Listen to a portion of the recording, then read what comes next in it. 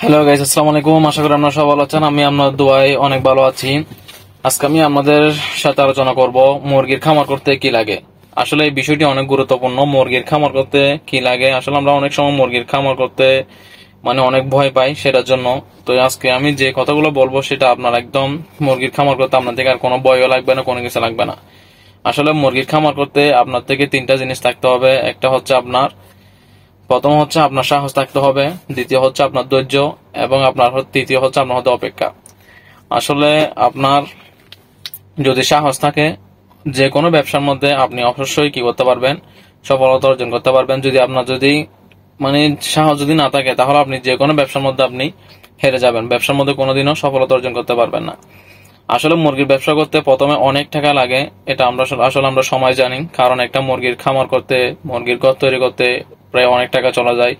আপনার একটা মুরগির ঘর তৈরি করতে না হলে আপনার প্রায় 3 লাখ থেকে 3.5 লাখ টাকা পর্যন্ত লাগে সেটার জন্য।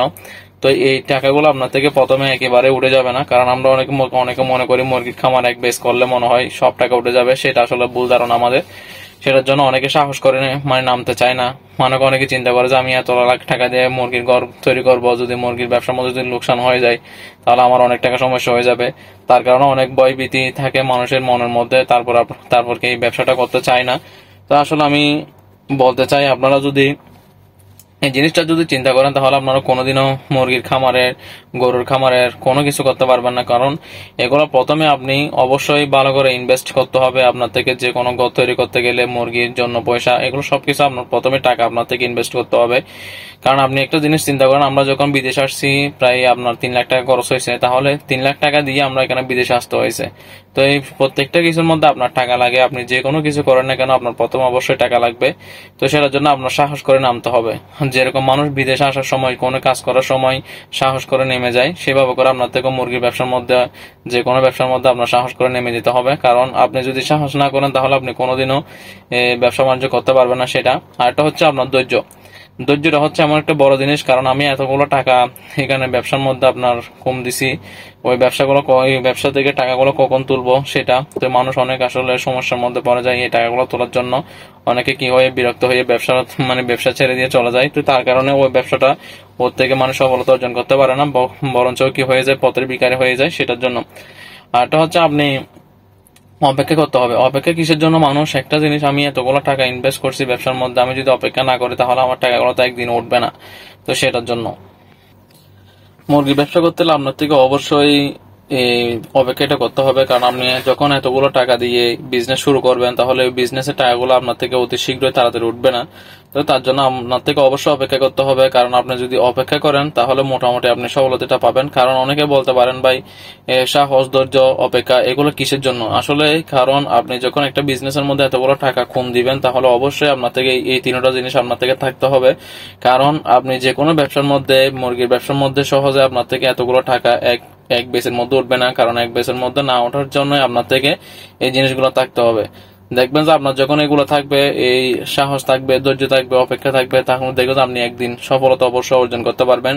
কারণ এই জিনিসটাও টাকা প্রত্যেকটা মানুষের কাছে নাই। আসলে আমরা ব্যবসা করতে করতে যদি লোকসান হয়, কোনো সমস্যা হয়, আমরা অধৈর্য হয়ে যাই, ধরো ব্যবসা করবো না, ছেড়ে দিব, অমুক করবো, সমুক করবো। তো লাস্টে কি হয়ে যায়, ওইটা সফলতা আসার আগে ও মানে হালটা ছেড়ে দেয়। তো তার জন্য আসলে মানুষ অনেক ব্যবসার মধ্যে সফলতা অর্জন করতে পারে না। তো লাস্টে কি হয়ে যায়, উনি পথের ভিখারি হয়ে যায়, অথবা মানুষের থেকে টাকা টাকা যেগুলো ছিল সবগুলো আসলে হারাই ফেলে।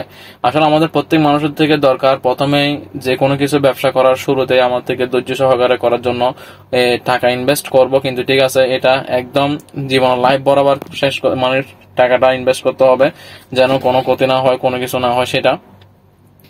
তো আমাদের থেকে চেষ্টা করতে হবে আমাদের ব্যবসা কিভাবে আমরা সুন্দর করে গুছিয়ে নিব, যে এটার মাথার মধ্যে থাকতে হবে, যেন আমাদের ব্যবসার মধ্যে কোনো সমস্যা না হয়, লোকসানের মধ্যে যেন না পড়ি, আমরা যেন সুন্দর করে ব্যবসাটা চালিয়ে নিতে পারি, সেটা চেষ্টা করতে হবে। তাহলে দেখবেন যে আপনি ব্যবসার মধ্যে সফলতা অর্জন করতে পারবেন। তো আসলে আমি আবার বলতেছি, প্রত্যেকটা ব্যবসার মধ্যে আপনার থেকে নিজের সাহস থাকতে হবে, নিজের ধৈর্য থাকতে হবে, নিজের ব্যবসার জন্য অপেক্ষা করতে হবে কখন কি হয় সেটার জন্য। তো দেখবেন যে আপনি নিশ্চিন্তে থাকেন, আপনি একদিন না একদিন অবশ্যই সফল হতে পারবেন ইনশাল্লাহ।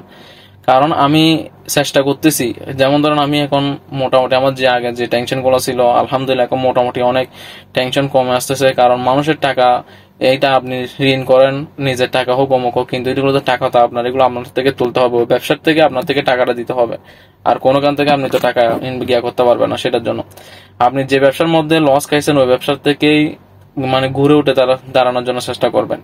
এটা হচ্ছে আপনার সফলতা আনবে।